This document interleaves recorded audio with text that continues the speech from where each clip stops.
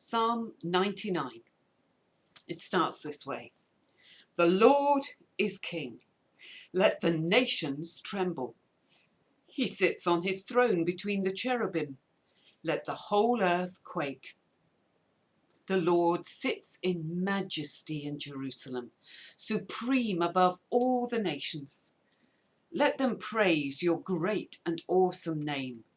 Your name is holy. Mighty King, lover of justice, you have established fairness. You have acted with justice and righteousness throughout Israel. Exalt the Lord our God. Bow low before his feet, for he is holy. It paints a picture of God as King, sitting on his throne in Jerusalem. And it's there that the focus of his rule is because that's where the temple is. That's where the focus of worship is. And in fact, the focus of the temple is the holiest place of all, where the Ark of the Covenant was.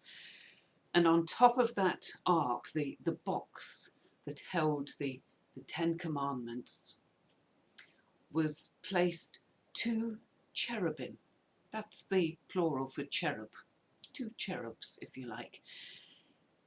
You know, we have the wrong impression of what a cherub is. From those old medieval pictures where the cherubs were depicted as like little babies with wings, very strange depictions for angels. No, these are heavenly beings that are mighty. They are warrior angels. That's what the cherubim in the Bible are.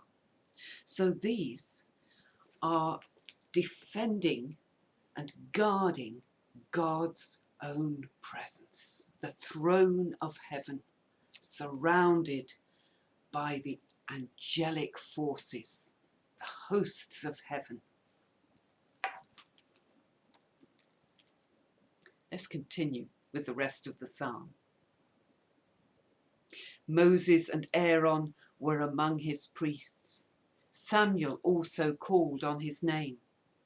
They cried to the Lord for help, and he answered them.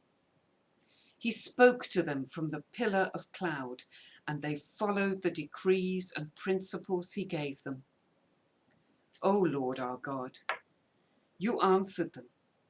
You were a forgiving God, but you punished them when they went wrong. Exalt the Lord our God and worship at his holy mountain in Jerusalem, for the Lord our God is holy. Again, reiterating, for the Lord is holy. This is who he is. He is the great, mighty King. He is perfect. He is holy. And in this part, the second part, it doesn't so much concentrate on Jerusalem and the temple. It concentrates on how God has brought his people to this land. He's led them by Moses and Aaron. He's led them also with a pillar of cloud. This was an amazing period in their history when they knew they were being led by God himself. They were given God's laws, and they were formed into a people set aside for God's purposes. We too, who follow the Lord, are set aside for his purposes. And he calls us to follow him and to be the ones who will acknowledge that he is King, that he is holy. And we join with the angels in heaven as we worship him. Let's pray. O Lord our God, powerful and holy, glorious and just, we come before you and fall down and worship. For you, O Lord, are our King. You lead us, you guide us, you rule us. And what you say, we will do.